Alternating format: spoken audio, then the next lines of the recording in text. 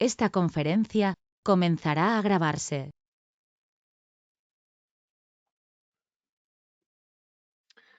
Bien, pues vamos a dar comienzo a una nueva sesión de comentarios a las enseñanzas de Seth.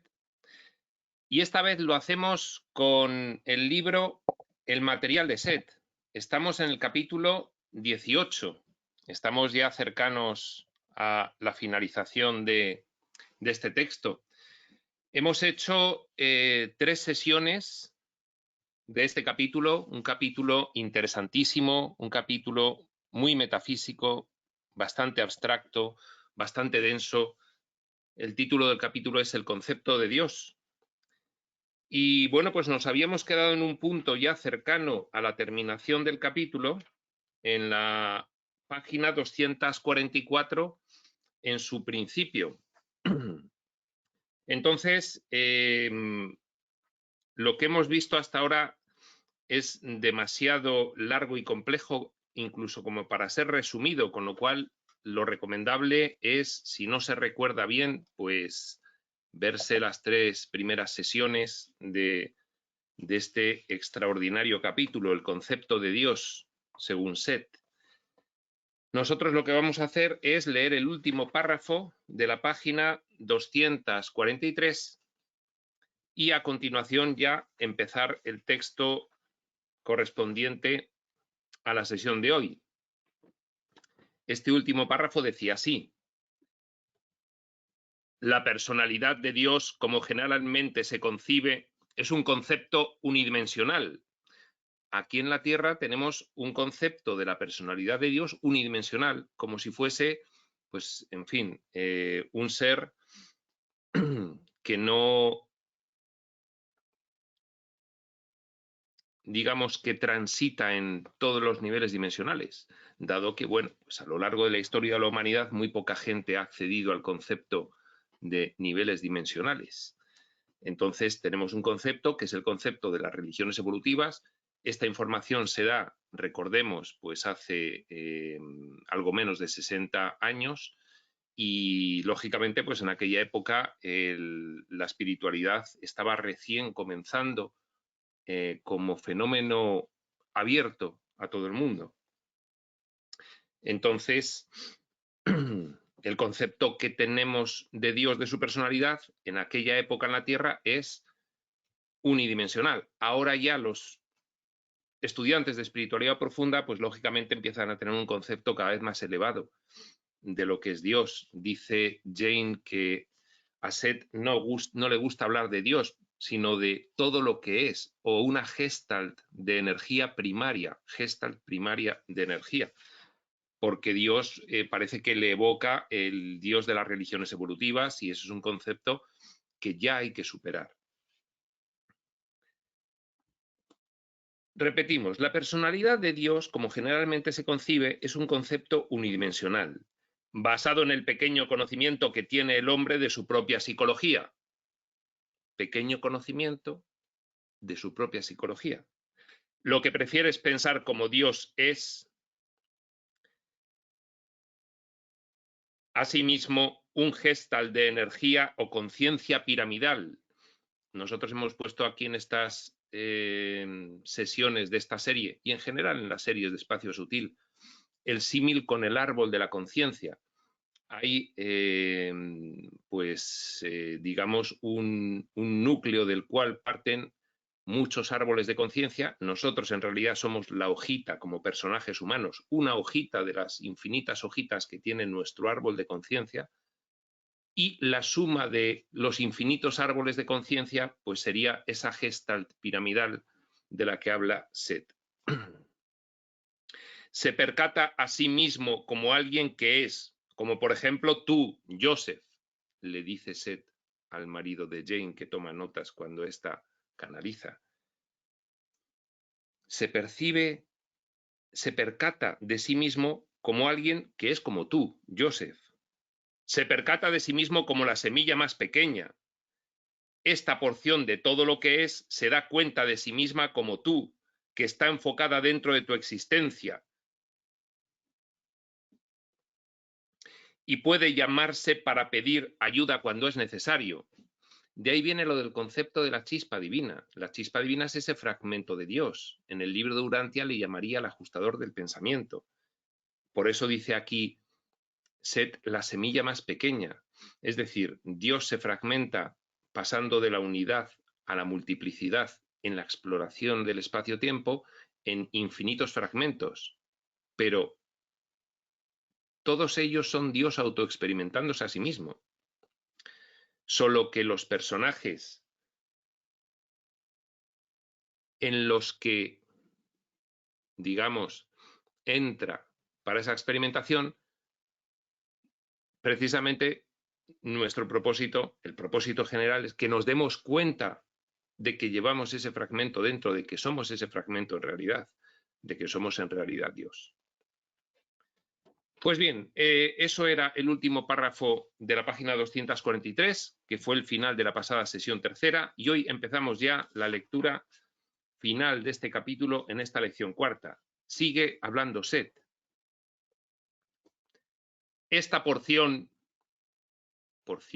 de Dios en cada conciencia de personaje de experimentación del espacio-tiempo, también se da cuenta de sí misma como algo más que tú.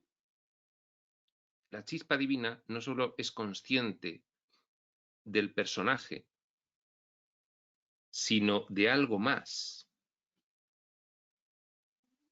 Esta porción que se conoce a sí misma como tú y como algo más que tú, es el Dios personal, como verás.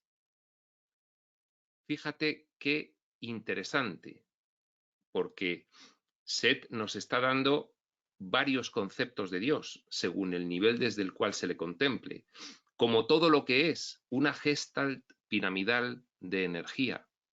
Dice el libro de Urantia, Dios es personal, pero es mucho más que algo personal.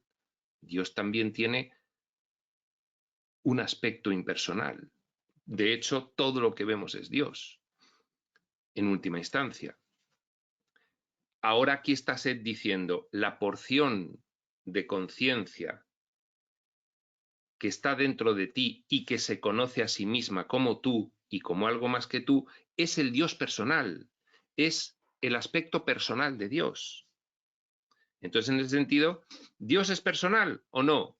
Es personal y es impersonal. Dios es todo, todo. Entonces, todo lo que te puedes imaginar, eso es Dios, porque es todo lo que es. Y en ese sentido sí puedes mantener una relación personal con Dios. Esto lo recalca con insistencia el libro de Urantia, lo recalca con insistencia cualquier revelación posterior. Incluso, pues bien, hay hasta revelaciones directas de Dios, como la que acabamos de recién comenzar en Espacio Sutil, facilitando el texto Conversaciones con Dios, canalizado por Neil Donald Walsh. Y entonces, pues efectivamente, claro que Dios tiene un aspecto personal, pero Dios en la totalidad de lo que es, no es algo personal, es todo, personal, impersonal, prepersonal y pospersonal, dirá el libro Durante también, aunque nosotros nos dice, es difícil que entendáis la prepersonalidad y la superpersonalidad o pospersonalidad, pero para que veáis que Dios es todo. Pues bien, nuevamente este gestalt, esta porción de todo lo que es la chispa divina que llevamos dentro y que nos hace divinos, cuida nuestros intereses y puede acudirse a ella de una manera personal, es nuestro yo superior, es nuestro espíritu, es el espíritu en lo que concierne a nuestra individualidad como personajes de experimentación, es el Cristo en nosotros. Esta porción de todo lo que es este Dios personal que tenemos cada uno, cuida nuestros intereses y puede acudirse a Él, Dios personal, a ella, Gestalt, porción de Gestalt, de forma personal, igual que nos dirigimos a otra persona. La oración contiene su propia respuesta, y si no hay una especie de viejo Padre Dios de blanca cabellera a quien escuchar, entonces hay en su lugar la energía inicial y en expansión que forma todo lo que es y de la cual el ser humano es una parte.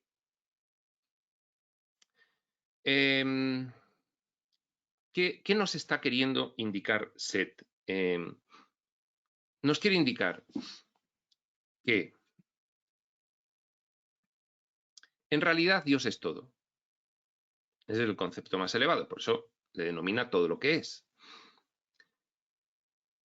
Dios es a la vez estático y dinámico. ¿Cómo? ¿Cómo va a ser las dos cosas a la vez? Sí, en eso consiste la dicotomía divina. Eso nos lo explica Dios en Conversaciones con Dios. Por eso esta gestalt de conciencia piramidal está en continua expansión y extensión y cambio y transformación.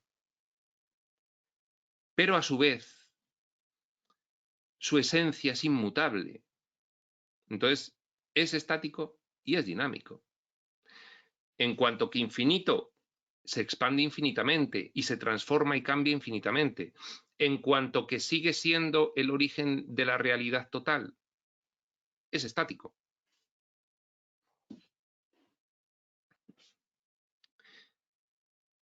Ese gestalt psíquico puede parecerte impersonal cuando atiendes a los aspectos impersonales de Dios.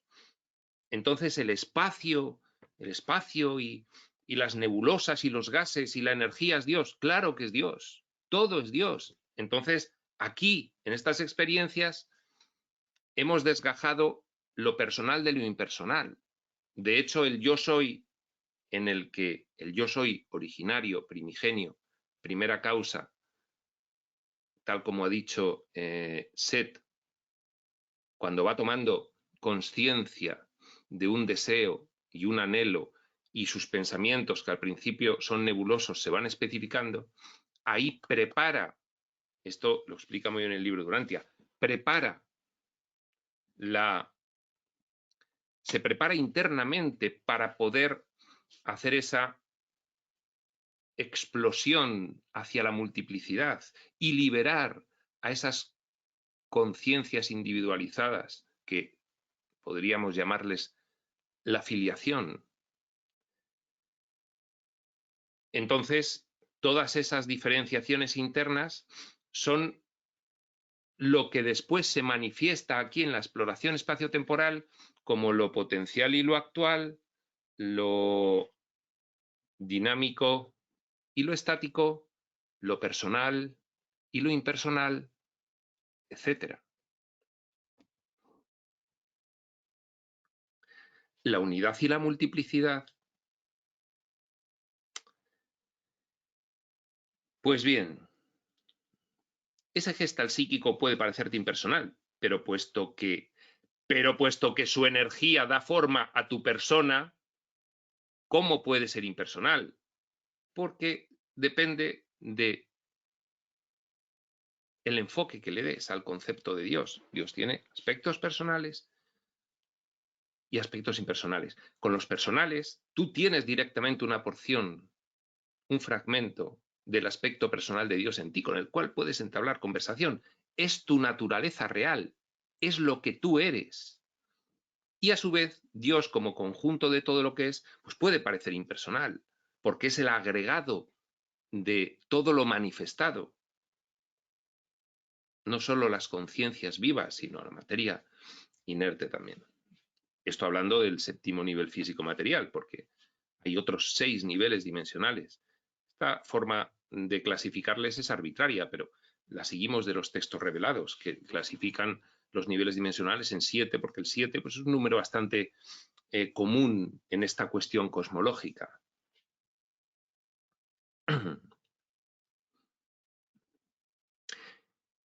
Sigue redactando Jane. En otra sesión, Set explicó esto de la siguiente manera. Ustedes son socios en la creación. Socios. De esta forma habla mucho Crión. Tiene un libro, Crión, que se llama La asociación con Dios. Creo que es el libro 7. ¿Por qué? Porque somos co-creadores con Él. Porque nosotros,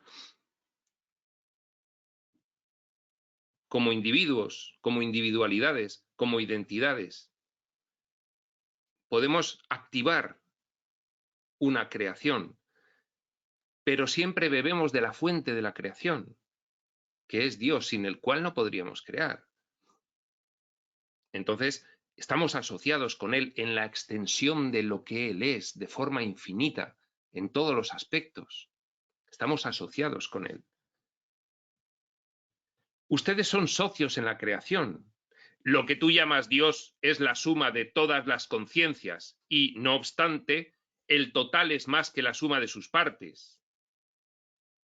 Porque antes que la suma de las partes había un principio generador, la primera causa incausada. Entonces, Dios es más que la suma de sus partes. Esto también insiste así literalmente el libro de Durantia. Dios es más que la suma de sus partes.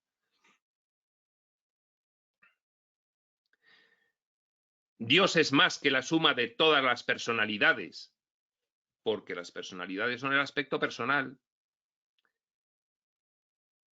En unidad y en multiplicidad, depende desde el nivel desde el cual lo mires. Pero Dios es algo más, también tiene un aspecto impersonal. Dios es más que la suma de todas las personalidades y, no obstante, todas las personalidades son lo que Él es. Eso sí, no hay ni una personalidad fuera de Dios. Dios es más que la suma de todas las personalidades, pero la suma de todas las personalidades está dentro de Dios, por así decirlo. Existe una creación constante. Dentro de ti hay una fuerza que supo cómo hacerte crecer de un feto hasta un adulto maduro. Y yo añadiría más, dentro de ti hay una fuerza que sabe cómo mantenerte vivo sin que tú estés controlando y decidiendo todos los procesos fisiológicos que se producen en tu cuerpo para que tu cuerpo permanezca vivo. ¿Eso qué es?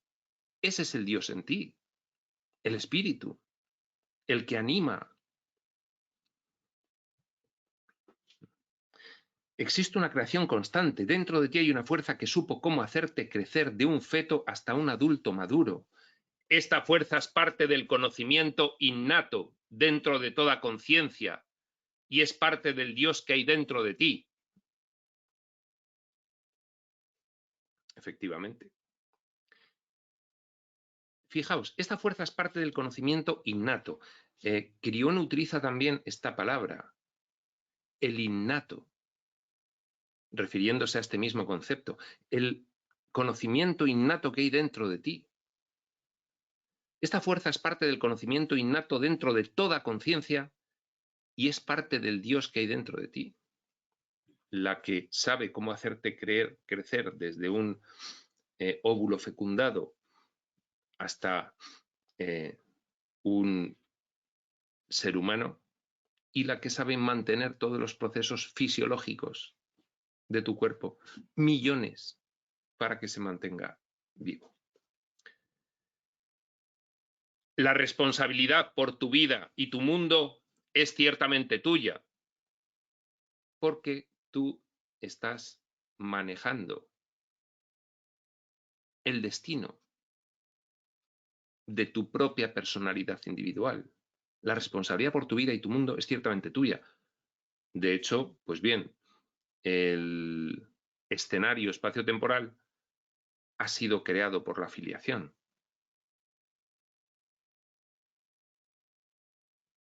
Dios preparó el fundamento o el entorno para que la filiación pudiese generar el espacio-tiempo y todo el decorado interno a ese grandísimo escenario.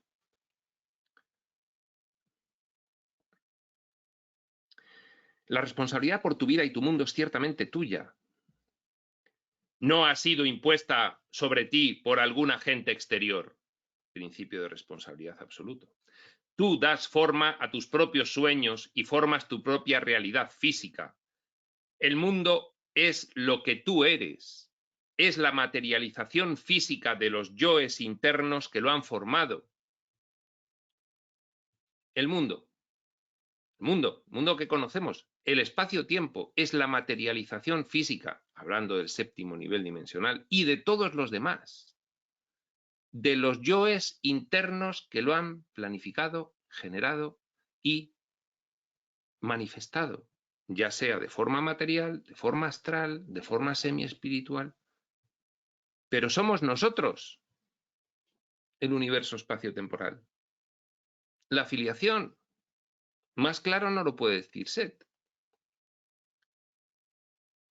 El mundo es lo que tú eres, solo que en el plano de manifestación, en el plano de planificación tú eres el espíritu, junto con el resto de individualidades que componen la filiación, que es una unidad con la primera causa creadora de todos ellos y con la cual están asociados para co-crear después las infinitas posibilidades que se pueden explorar para, y esta es la función, expandir, extender esa entidad, esa mente, ese espíritu infinito que es Dios.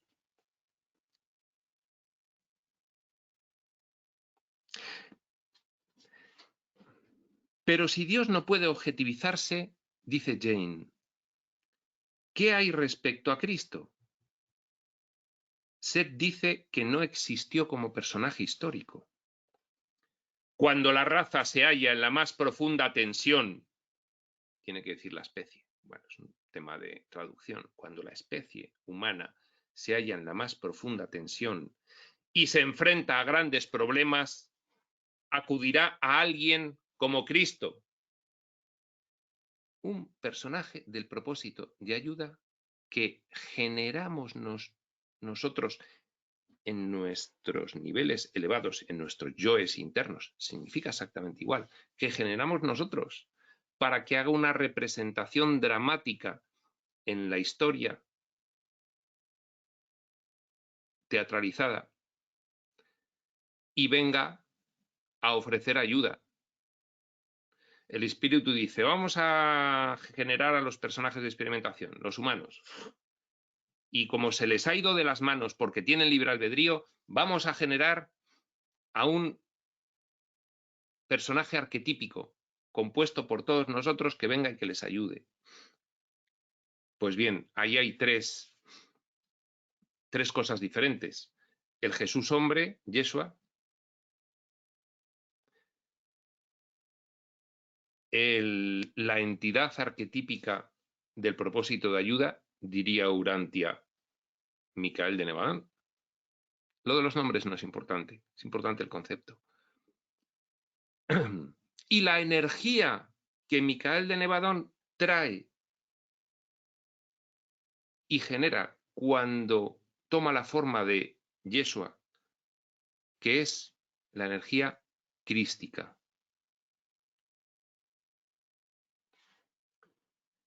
Cuando la especie se halla en la más profunda tensión y se enfrenta a grandes problemas, acudirá a alguien como Cristo, buscando y ciertamente del interior de sí misma, la especie, en otros niveles, producirá las mismas personalidades necesarias para darle fuerza.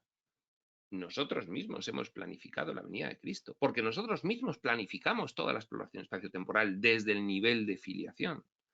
Y luego, por niveles, pues vamos haciendo subplanificaciones en función de lo que necesitemos en los niveles inferiores. Entonces, bueno, pues aquí nos dimos a un Cristo que a los personajes humanos nos lo dimos desde otro nivel para que nosotros en el nivel de personajes humanos, dentro del escenario, en esa exploración, pudiésemos obtener información para salir del callejón sin salida en el que nos habíamos metido. El libre albedrío podría habernos llevado a ese callejón sin salida. Estaba previsto en la planificación, era posible que eso ocurriese. Ahí surgió el ego, ahí surgió el velo y el olvido completo. Pues bien, el Cristo vino a recordarnos quiénes somos, pero nos lo mandamos nosotros mismos. Y todo esto a través de los personajes teatralizados de la gran obra universal. Existieron 3 hombres cuyas vidas se tornaron confusas en la historia, 3 hombres, y se fusionaron, y cuya historia compuesta se llegó a conocer como la vida de Cristo. Cada uno de ellos estaba dotado físicamente en grado sumo conocía su papel y lo aceptó voluntariamente. Los tres hombres eran parte de una entidad. ¿La entidad?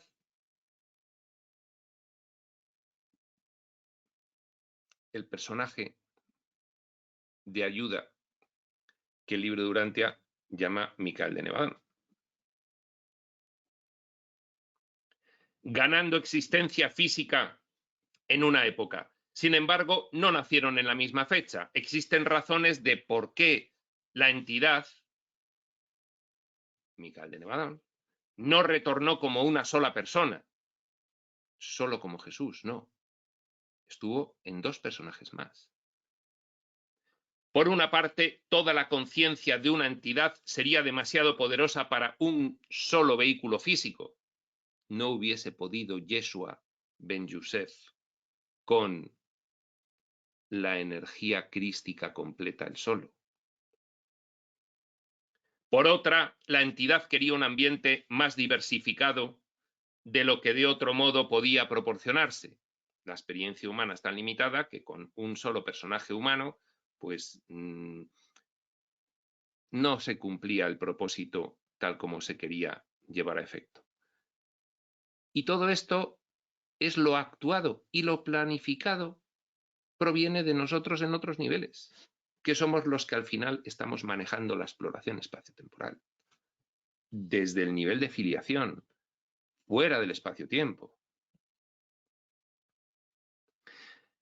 La entidad nació una vez como Juan el Bautista y luego nació en otras dos formas. Una de ellas contenía la personalidad a la que la mayoría de los relatos se refieren como Cristo. Jesús, el que nos ha venido como Jesús, el que en su momento fue Yeshua en el idioma arameo. En alguna ocasión te hablaré de la otra personalidad. Y más adelante, en Habla Set, Set nos dice quién es la tercera personalidad. Pues bien, esto lleva publicado muchos años, no es ningún secreto. No estamos antes de que Set redactase su propio libro Habla Set. Entonces, bueno, pues vamos a decir que, en fin, el conocido como San Pablo, pues tuvo algo que ver con todo esto. Pablo de Tarso, Saulo, antes de rebautizarse. En alguna ocasión te hablaré de la otra personalidad. Hubo comunicación constante entre estas tres porciones de una misma entidad, recordemos. Aunque el libro de Urantia no lo describe así, porque el libro de Urantia no habla de los planos de planificación, ni el plano de planificación absoluto del nivel cero del entorno del espíritu del conjunto de Dios-filiación, ni de los planos de subplanificación inferiores de cada uno de los niveles dimensionales. No habla de nada de eso. Entonces, el libro de Urantia dijo, no, Micael de Nevadón vino como Jesús de Nazaret. Posteriormente, según vamos teniendo capacidad de comprensión más elevada, pues los reveladores nos van dando más datos de esta alegoría. Set también la llama alegoría, que nos dimos una alegoría. Pues bien, dice, la misma entidad, digo Micael de Nevadón porque en Urantia pues, lo establece bien claro, estuvo no solo en Jesús, no solo en Yeshua, sino en Juan el Bautista y, ya nos dirá Set más adelante, en Pablo. La raza dio nombre a estas tres personalidades desde su propio banco psíquico, en el estanque de conciencia individualizada que le estaba accesible. Dentro de la dramatización histórica de la teatralización que aquí hemos generado, pues aquí los personajes humanos de dentro del escenario les dieron pues a estos personajes unos determinados nombres que todos conocemos: Jesús, Juan el Bautista, Pablo, en fin. Sigue redactando Jane. Después del asesinato, ya acaba de hablar de todo este tema, de los tres Cristos, y ya, en fin. Bueno, luego nos dirá Seth, no quedó contento Micael de Nevadón con las tres personificaciones. Quedó contento con la personificación de Jesús y con las otras dos quedó a medias de contento. Bueno, ya se sabe que un personaje llega aquí y tiene libre albedrío. Es que eso no se puede ver de vista. O sea, no baja Micael de Nevadón y es infalible. No, es hombre y es Dios, pero es hombre también. Entonces, no es infalible. Ningún humano es infalible. Por muy elevado que sea el personaje del propósito de ayuda que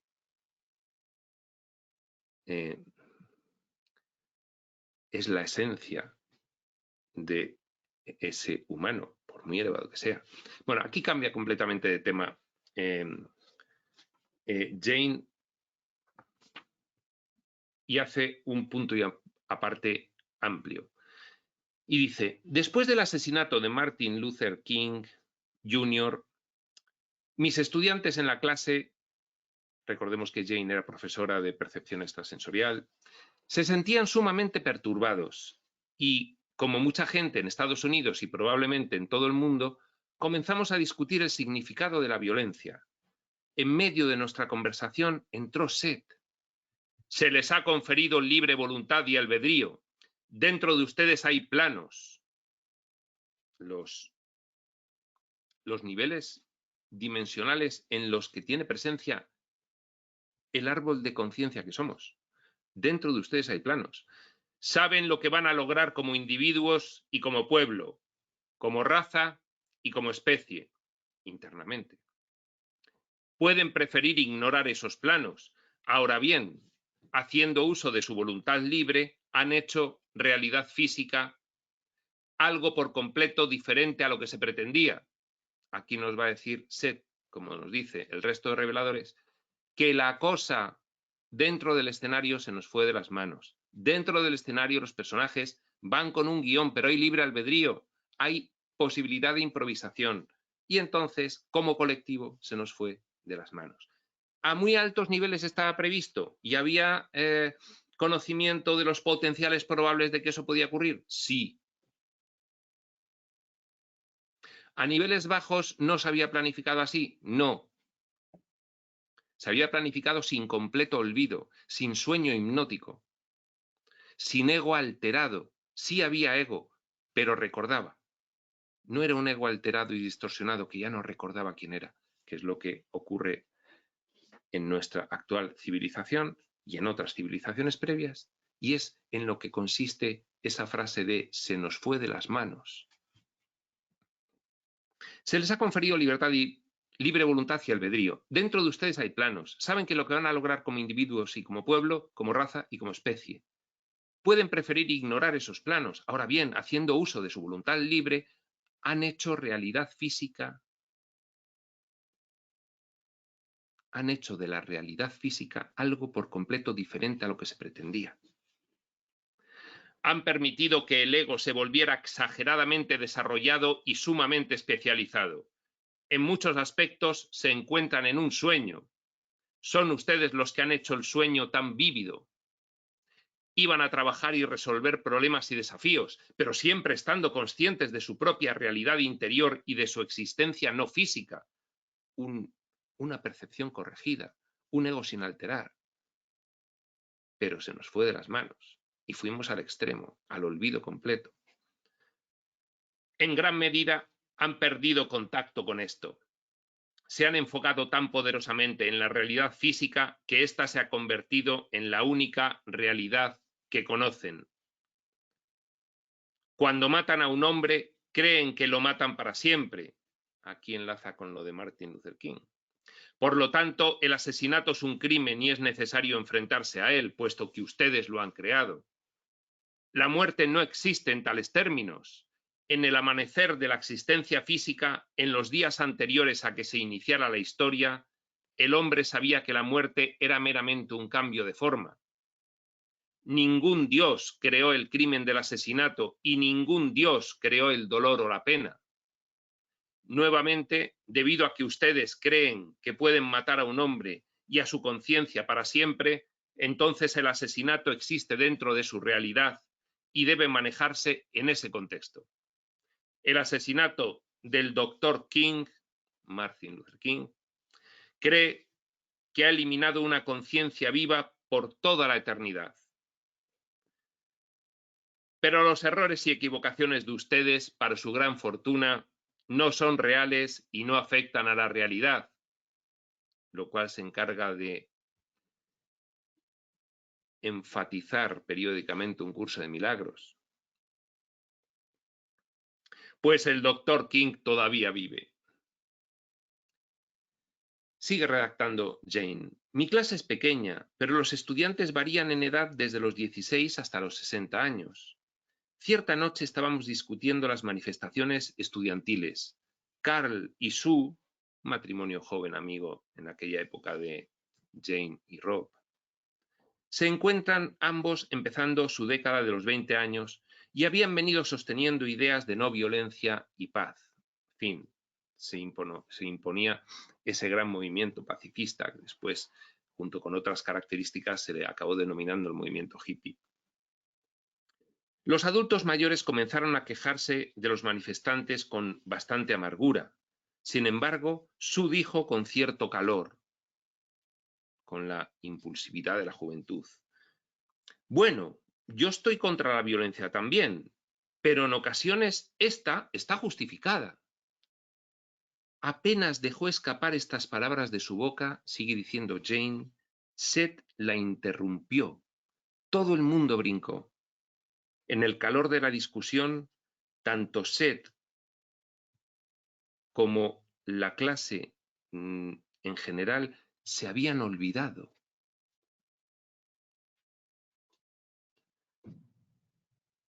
La clase era de percepción extrasensorial. Entonces, como que fue muy sorpresiva la irrupción de Seth de nuevo. Todo el mundo estaba discutiendo de la violencia de Martin Luther King, de no sé qué, y de repente Seth entra otra vez en acción para decir, dice Jane, ahora la voz de Seth realmente estalló. Nunca hay justificación para la violencia, no existe justificación para el odio, ni hay justificación para el asesinato. Aquellos que muestran indulgencia por la violencia, por cualquier razón, están ellos mismos cambiados y adulterada la pureza de su propósito. De forma tajante. Les he dicho que si no les agrada el estado de su mundo, son ustedes mismos los que lo deben cambiar, tanto individualmente como en masa. Esta es la única forma en que se efectuará el cambio. No se interfiere desde fuera del escenario, dentro del escenario, de una manera coercitiva o impositiva o imperativa. Siempre es el escenario y los personajes los que acaban decidiendo qué ocurre dentro del escenario. Otra cosa es que reciban ayudas para ver si deciden lo más apropiado o no, pero los que deciden son los que están dentro. Aquí Seth se quedó mirando a Carl,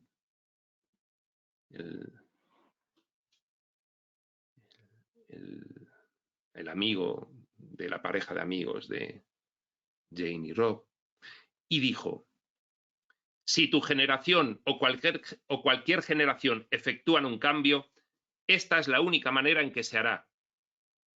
Lo que te estoy diciendo ha venido diciéndose antes a través de los siglos.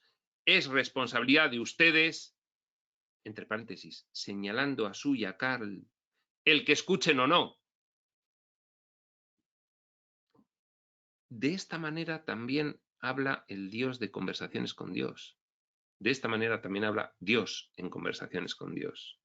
De esta forma tan categórica. Es erróneo maldecir una flor y es erróneo también maldecir a un hombre. Es erróneo no honrar a cualquier hombre y es erróneo ridiculizar a cualquier hombre. Deben honrarse ustedes mismos y ver dentro de ustedes el espíritu de vitalidad eterna. Si no hacen esto, entonces destruirán todo lo que toquen. y deben también honrar a todo individuo, porque en él se encuentra la chispa de la vitalidad eterna. No sin mi hermano. Puro mensaje de Jesús en el curso de milagros está dando aquí Seth. Cuando maldicen a otro, se maldicen a sí mismos y la maldición retorna a ustedes. El boomerang de la proyección-percepción. Cuando se muestran violentos, la violencia les regresa como boomerang. Les hablo a ustedes porque la oportunidad es suya, entre paréntesis, de mejorar las condiciones del mundo. Y de ustedes es el momento.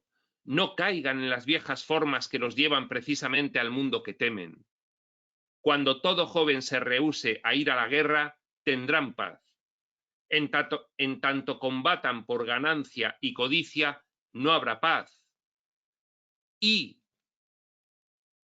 a las 18:15 de España del año 2022, nuestro presente como personajes se sigue luchando por ganancia y codicia. En tanto una persona cometa actos de violencia por amor a la paz, tendrán guerra. Yo amo la paz y entonces voy a luchar por ella. Tendremos guerra. Los medios tienen que estar alineados con el fin. Si el fin es la paz, los medios, como Gandhi, como Mandela, tienen que estar alineados con el fin, con la paz, tienen que ser pacíficos. Luchar por la paz termina en guerra.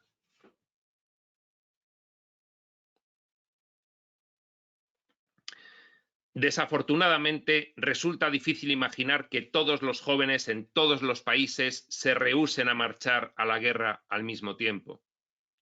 No estamos en ese nivel de conciencia aún, ni en los 60 ni ahora.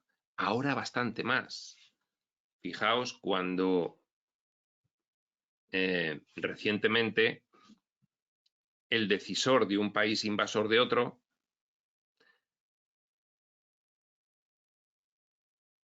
habiéndose mermado su ejército regular, decreta el paso de los reservistas al frente de guerra.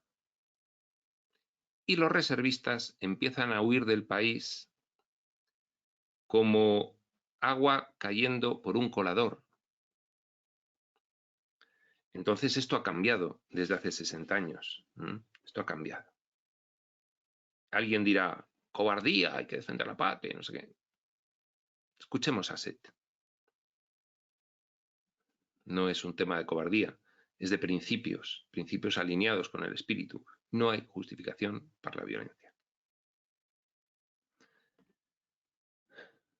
Desafortunadamente, en aquel momento, los 60, resulta difícil imaginar, decía Seth, que todos los jóvenes en todos los países se rehúsen a marchar a la guerra al mismo tiempo. Así pues, deben trabajar por eliminar la violencia que la violencia ha forjado. Dentro de los próximos 100 años llegará ese momento. 2060, profecía de Seth. No habrá más guerras. Estamos en 2022, nos caen unas cuantas. Por supuesto, todas estas profecías son los potenciales probables que esa entidad ve en ese momento. Puede cambiar, puede adelantarse, puede retrasarse, puede ocurrir muchas cosas. Recuerden, no defiendan ninguna idea con violencia, concluye Seth. No existe hombre que odie sin que ese odio se refleje al exterior y tome forma. Y no hay hombre que ame sin que ese amor se refleje en el exterior y tome forma. Puro mensaje de un curso de milagros, incluso literal, previo a un curso de milagros. Por ahí, se debería estar canalizando por Helen, un curso de milagros, y por Jane, a Seth. Pues bien, aquí acaba el interesantísimo, el material de SET ha sido como una subida exponencial en interés. Interesantísimo capítulo 18, el concepto de Dios. Y, pues bien, entramos en otro no menos interesante y muy práctico, el capítulo 19, los sentidos internos, qué son y cómo usarlos. Eso será en nuestra siguiente sesión. Esto dará paso al último capítulo, el capítulo 20, evaluaciones personales, quién o qué es SET, ya, por supuesto, pues donde Jane recupera el protagonismo de la redacción. Y luego hay un apéndice muy interesante también, que será el final ya del material de SET. Quedan todavía no menos de 10 sesiones, con lo cual nos vamos aproximando, pero estamos ahí. Siguiente sesión, comienzo del capítulo 19. Sin más, prospector.